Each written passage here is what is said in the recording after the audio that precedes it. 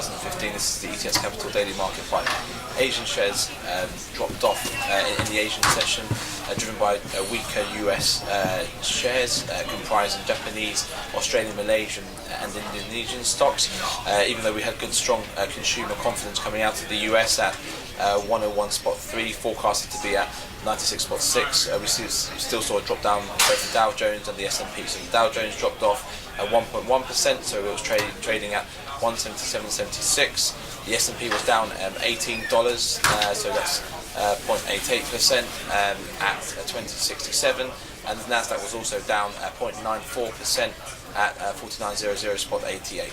In the FX space, we had mixed economic data yesterday coming out of the Eurozone. Strong German retail sales and unemployment data. At the same time, Italian unemployment jumped up from 12.5% to 12.7%. So it had a negative impact on the euro against its counterparts. In total, I mean, the euro dollar actually was up slightly. We had at 107.87, so up 0.5%, actually bouncing back from an 11-day low of 107.13.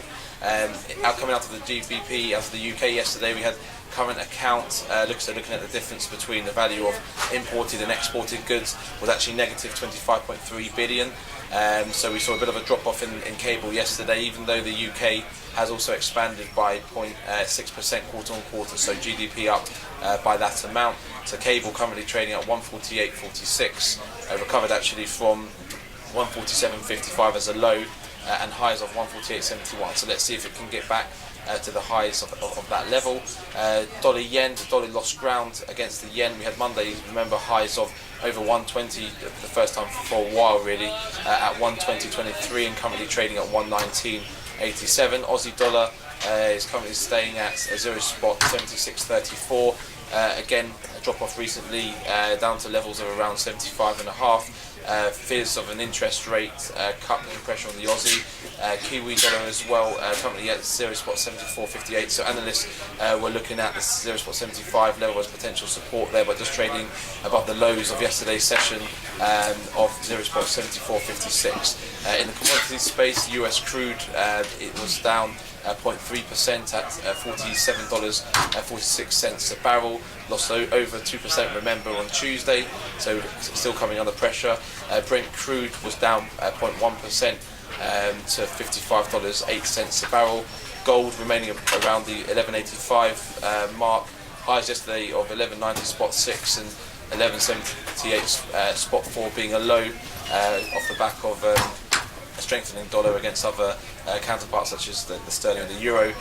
In the equity space, I mean, the stocks in discussion at the moment really are the oil-based stocks.